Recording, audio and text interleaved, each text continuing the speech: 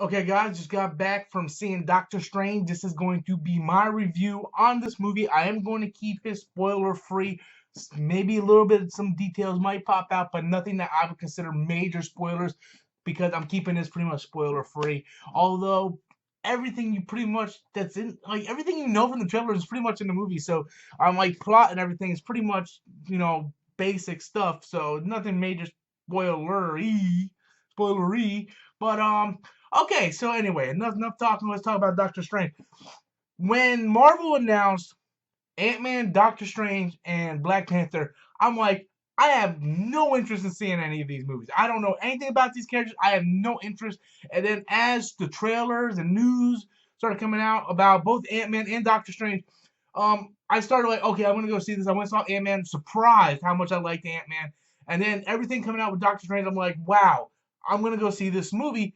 And it blew me away when I went and saw this movie. So already I'm like, okay, I'm gonna go see Black Panther. I'm giving Marvel the benefit of the doubt on that one. So obviously, by that statement, you can tell that I enjoyed Doctor Strange. Again, I don't know anything about the Doctor Strange. I never watched the animated movie. I never read any Doctor Strange comic book. I went in sort of like with Ant-Man and Guardians of the Galaxy, strictly a newbie, just going and watching what I see on the film.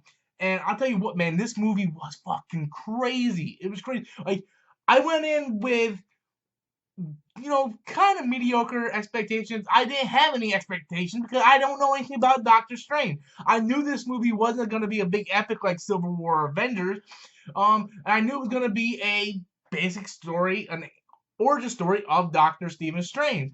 And this movie it blew me away from the beginning sequence with Tilda Swinton and Mads Mikkelsen. It was just crazy, and it kept elevating. It had great actors in this film, like Benedict Cumberbatch, Chiwetel Ejiofor, Rachel McAdams, Mads Mikkelsen, Benedict Wong, Tilda Swinton. I mean, just a lot of great actors, a great ensemble cast for this film, and the special effects are amazing. I seen this movie in 2D, and you can bet your bottom dollar that on my first day off, I'm going to go see this again in 3D because this movie will be phenomenal in 3D. Ant-Man and Guardians of the Galaxy were just great movies in 3D. Civil War, not so much, but those two films were really good. This one I expect to be phenomenal in 3D. This movie has a very simple premise. By the trailers, you can see what it's about. It's about a doctor lost his use of hands. He seeks out to try to heal himself, and he learns the ways of this mystical force, or whatever, and it goes by that number. There is two post-credit scenes, one mid-credit scene, one end-credit scene. I recommend you guys stay for both because both of them are really important. One of them is more important to a future movie than the other, and I'm telling you, and this movie does a good job tying in to the rest of the movies. There are moments at the end of this film, little Easter eggs, a little nod and a wink to the Marvel fans that hey, this is connected.